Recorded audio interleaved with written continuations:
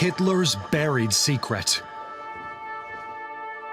The Nazis' ultimate weapon. It's got very long range. You might think Adolf Hitler was just a ruthless German, but what if I told you he was capable of pulling off the ultimate disappearance trick in history? We were all told he died in an underground bunker, yet a secret cave found deep in the jungle proves otherwise. Could it be that all these years, the world's most hated man was actually living like a king in exile? Between the high-end luxury items and human soldiers' trails, the evidence reveals a lifestyle the world was never supposed to see. Could history as we know it be all a lie? The final days of the Führer. Adolf Hitler was one of the most powerful men in Europe from around 1933 to 1945. You could even say he was the most influential dictator, as he alone was responsible for the deaths of over 85 million people, which included innocent civilians, soldiers, and enemies. But after 12 years of his terror, no one imagined his end would be so underwhelming. By April 1945, Berlin had become a giant bonfire, and the Soviet army was closing in on him and his soldiers from every side. The city he so desperately built in sweat and blood was falling apart under a constant rain of fire and steel. While Hitler's soldiers were faced with defeat, their leader had fled into some sort of cave or underground shelter. Inside the Führer bunker, the atmosphere felt more like a funeral than a military headquarters. It was cramped, smelly, and filled with people who knew their world was about to come to an end. This wasn't the glorious empire they had been promised, but rather a claustrophobic tomb where the air was thick with the scent of diesel and desperation. In the middle of this chaos, Hitler did something that felt totally out of place. He got married to his longtime girlfriend, Eva Braun. It was a strange, quick ceremony held while Soviet shells were literally shaking the concrete walls. They spent their final hours saying goodbye to their remaining staff and preparing for the end. On April 30th, the couple went into a private room, and the heavy door closed. Soon, a single gunshot echoed through the hallway. When the guards finally entered, they found Hitler and Eva dead. Following strict orders, soldiers carried the bodies up to the Chancellery Garden, poured gallons of gasoline on them, and set them on fire. The smoke rose into the gray Berlin sky, while the sounds of war continued just a few blocks away. When the Red Army finally stormed the area, they found the charred remains, yet they didn't share the truth with the rest of the world. They kept the discovery a total secret. Joseph Stalin, the leader of the Soviets, decided to play mind games with the rest of the world leaders. He looked them in the eye and lied, saying that Hitler had probably escaped to Spain or maybe even Argentina. Because the Soviets refused to provide proof or any physical evidence of a body, it created a massive information gap amongst the countries of interest. This lack of a trophy body allowed rumors to spread across the globe. Soon, people started to wonder if the world's biggest villain had actually pulled off the ultimate disappearing act. While the rest of the world was busy celebrating the end of the war, the FBI was quietly opening a new file on an active investigation into a potential survivor of interest. They didn't have their nose in Germany, as you'd expect. Somehow, they seemed to believe Hitler had to be hidden away somewhere high up in the mountains of South America. But why South America? To understand why investigators looked to the mountains, we must first look at the glaring holes in the Soviets' smoking gun, the Soviet deception, and the skull of contradiction. On May 2, 1945, the Soviet counterintelligence unit, known as SMERSH, was the first group to pick through the blackened ruins of the Chancellery that held the seats of Hitler's government. They were specialists in finding people who did not want to be found. After a thorough search, they quickly announced to the world that they had discovered Hitler's jawbone amongst the debris. For decades, this was the bedrock of the official story. They even kept a specific piece of a skull with a bullet hole in the Russian state archives as their ultimate prize. It was the crown jewel of their evidence, and the one thing that supposedly proved the monster was gone for good. However, in 2009, the narrative hit a massive wall. Scientists from the University of Connecticut were given rare access to that trophy skull for DNA testing. As the world watched to get yet again the confirmation they had once had, they were disappointed to hear that the DNA proved the skull belonged to a woman in her 40s. This not only complicated the story, it also invalidated the only physical proof of Hitler's death. Since Eva Braun reportedly died from a cyanide pill rather than a gunshot, the skull could not have been hers either. Suddenly, the most famous death in history had no proof to back it up, bringing everyone back to square one. Things got even more suspicious when experts looked into the dental evidence. The Soviet descriptions of Hitler's teeth changed several times between 1945 and 1968. It was almost as if the details were being adjusted over time to keep the story alive. And that's not all. There was also the strange case of Operation Archive. In 1970, the Soviet government decided to dig up the remains they had secretly buried years before. These remains were not moved to a museum or a proper grave. Instead, they were burned completely, and the ashes tossed into a river. Them destroying the stack of evidence seemed very convenient for a government that wanted the world to stop asking questions. With the physical evidence crumbling, the idea that Hitler might have made it out alive didn't seem crazy any longer. It moved from the fringes of conspiracy directly onto the desks of high-ranking intelligence officers.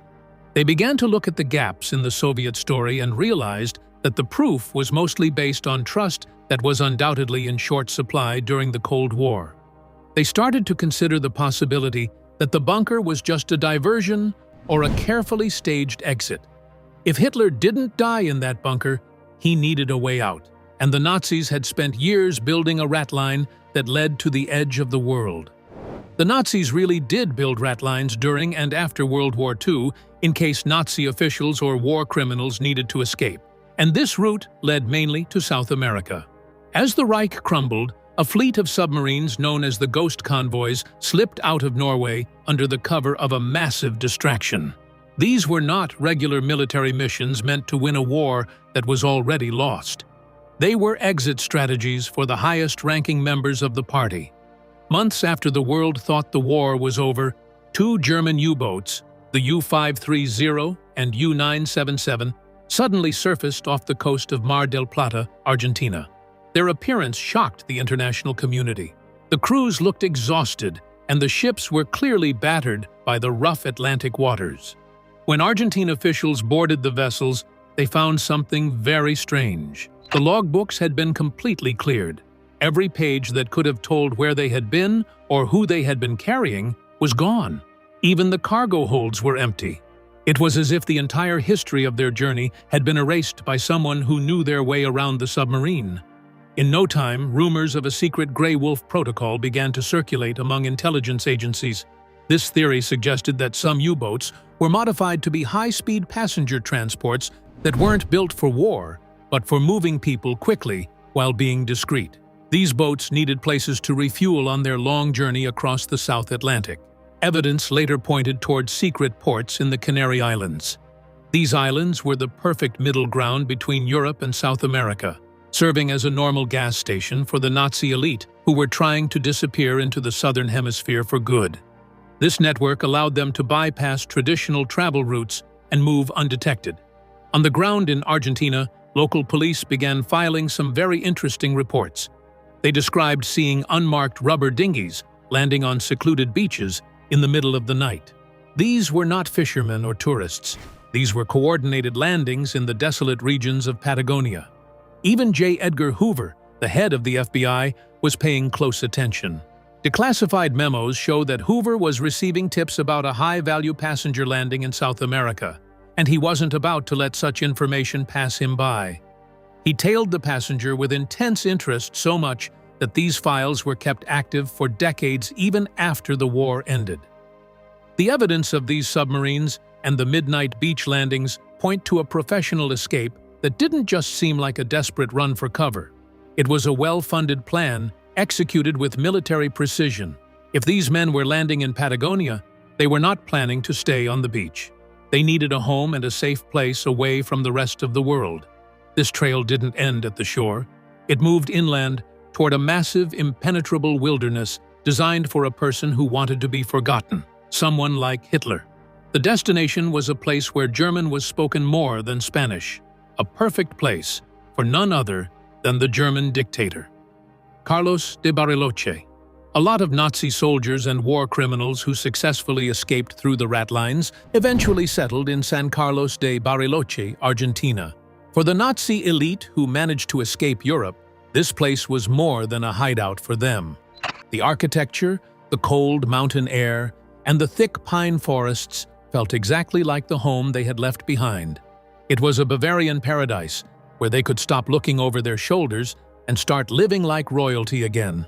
The interesting part of this new place was a remote estate known as the Analco House.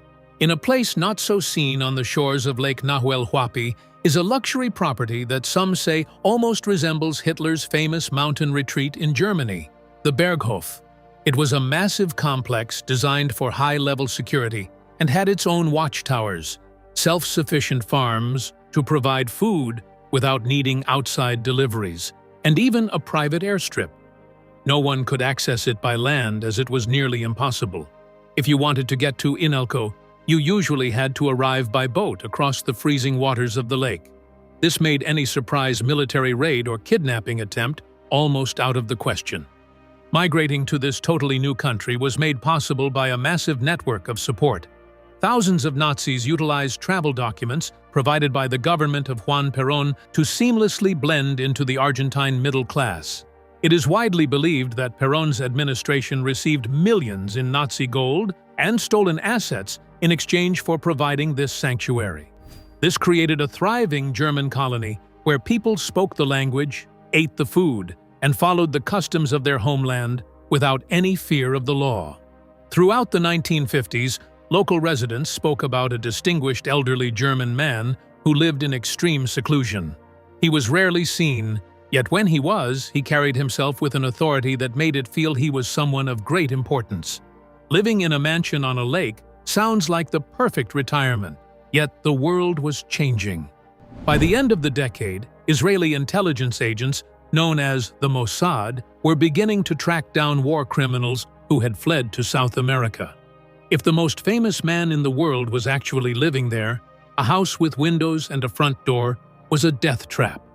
If Hitler needed to not be found, this wouldn't be the best of places to have stayed hidden for decades. He would need to have found a place that would be almost impossible to be found on a map or seen from a plane. This brings us to the most chilling discovery of all: the Teucuare ruins and secret cave. A lot of top-rated Nazi officials fled Europe to escape the war, but one particular soldier of interest intrigued a lot of people. Martin Bormann was not only a Nazi soldier, but was also Adolf Hitler's private secretary and right-hand man. On the day Hitler allegedly took his own life, there were rumors that Martin used the rat lines to escape and found himself in the Misiones jungle. A few years later, the rumors were put to rest when construction workers found his remains where he was last seen. To confirm the remains were truly his, DNA testing was conducted in 1998, which verified that he died on German soil after taking his own life, just like his master.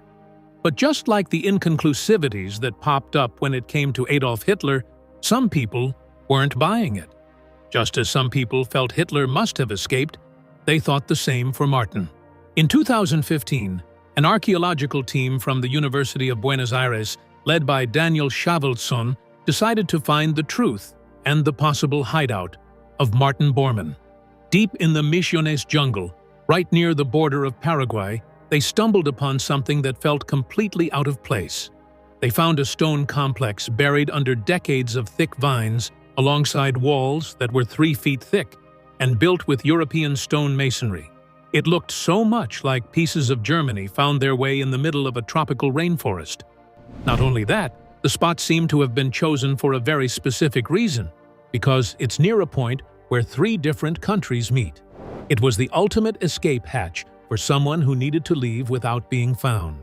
As the team explored further, they realized the stone buildings were only part of the story. One of the entrances led straight into a man-made cave. This was a reinforced bunker carved directly into the solid rock, designed to survive a heavy attack. Inside the darkness of the cave, the team found German coins minted between 1938 and 1944. There were pieces of expensive Meissen porcelain only found in a wealthy European home and not a common soldier's camp. They even found specialized German medical supplies. It was clear as day that a high-ranking leader intended to live in comfort while staying totally hidden from the world. What researchers found in the deepest part of that cave started to pull the rug out from under the official history books. It suggested that the timeline we all learned in school might be missing a very long final chapter.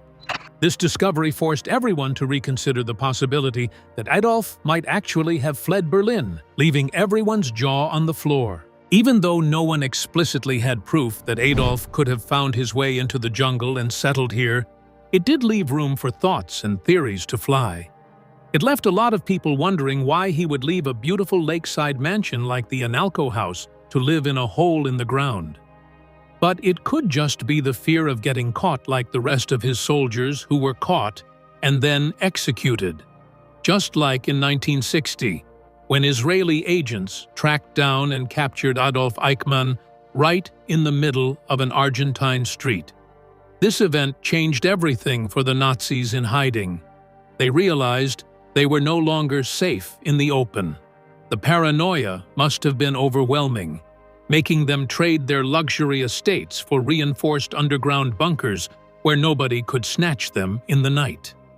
This move turned their lives into a permanent state of survival. Living this way meant becoming a ghost.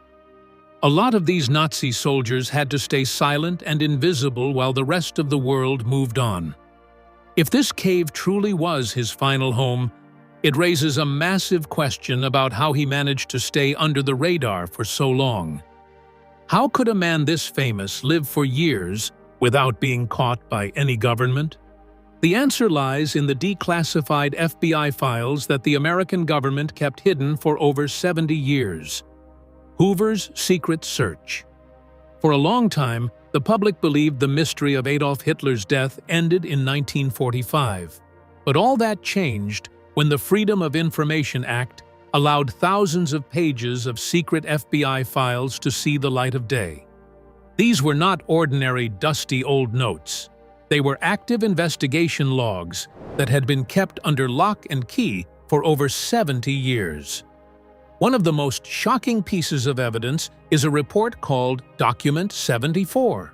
In this file, a detailed account from an informant claimed that Hitler was alive and was actually living in a hidden underground base in the Andes Mountains.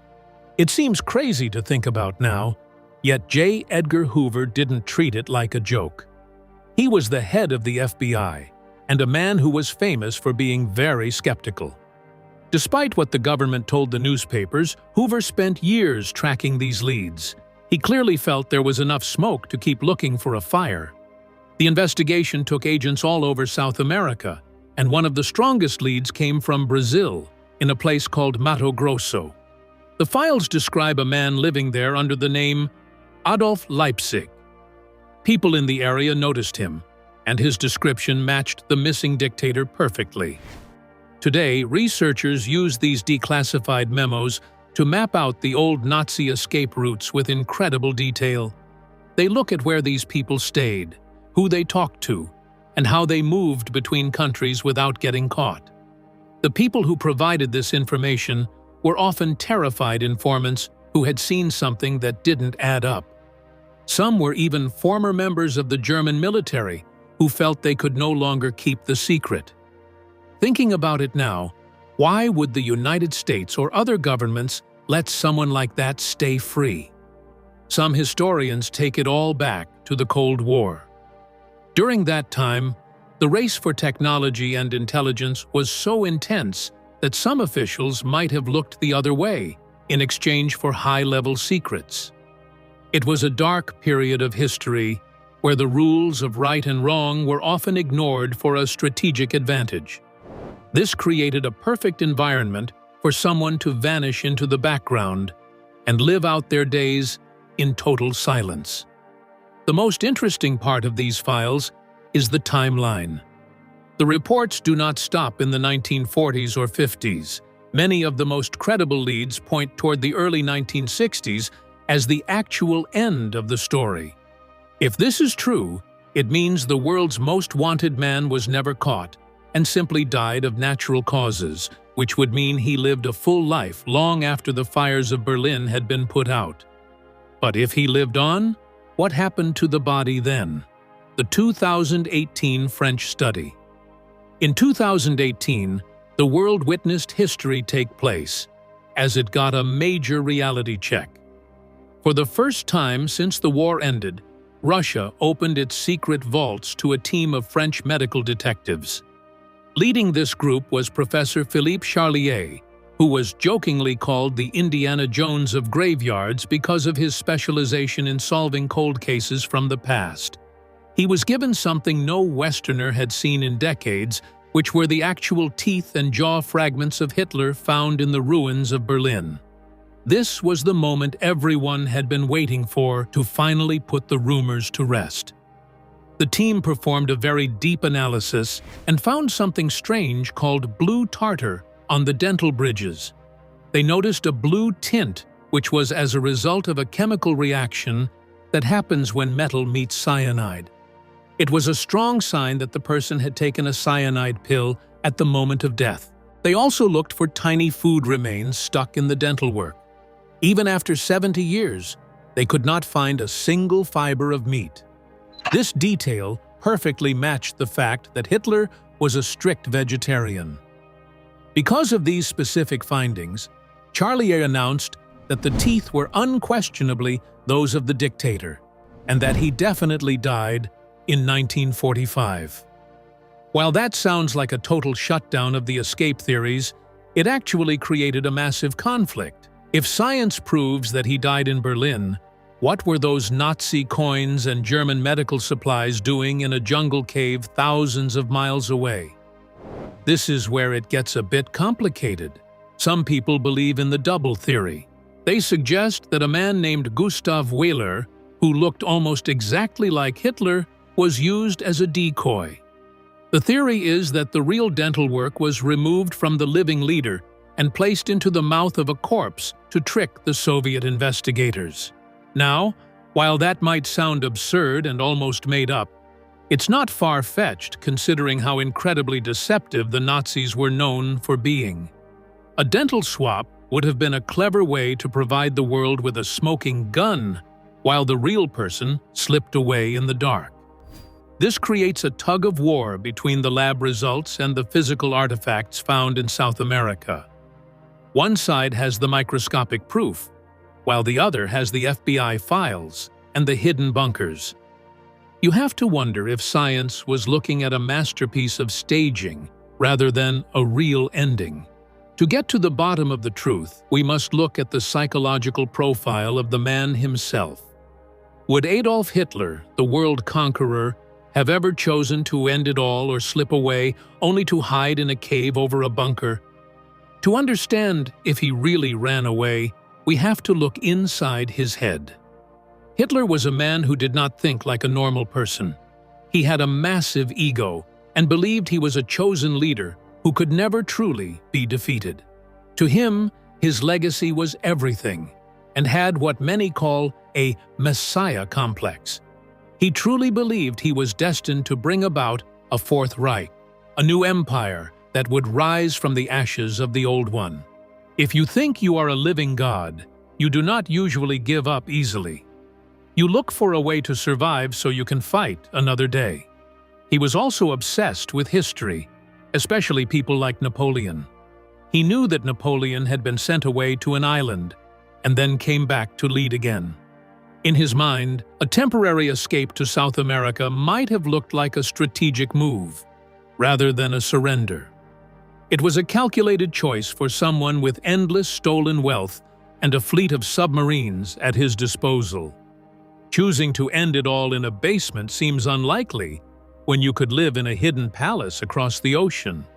There was also a very practical reason to run, and that reason was fear. He had a specific nightmare about being captured by the Soviet leader, Joseph Stalin. He was terrified that the Red Army would take him alive and put him in a cage in Moscow like a circus animal. He did not want to be a trophy for his enemies to laugh at.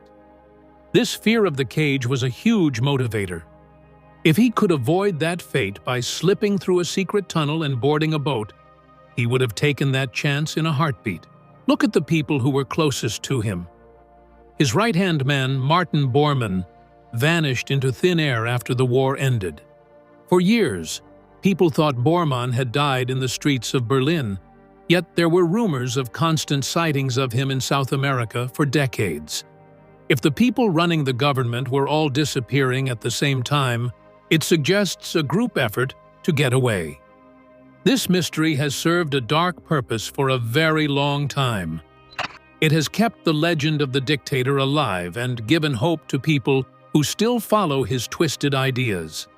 Whether he actually died in that concrete room in Germany or in the quiet mountains of the Andes, the story has become more powerful than the man himself.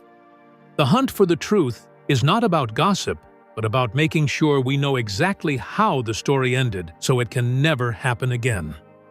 As we look at the final evidence found in the Misiones cave, the reality of his afterlife becomes clear. The verdict. When you put the French dental study next to the physical items found in the jungle, you get a very confusing picture. One says the case is closed, while the other suggests the story was still being written long after 1945. The most logical explanation is that the Misiones cave was a backup plan.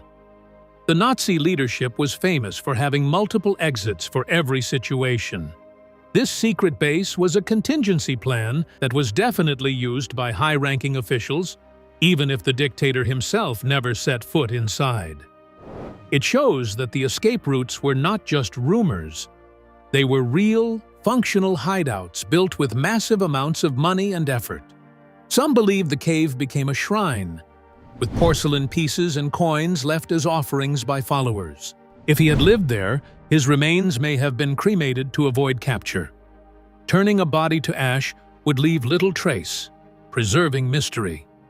This lingering uncertainty has kept the story alive for decades, leading some to question whether the official account was carefully managed rather than fully transparent.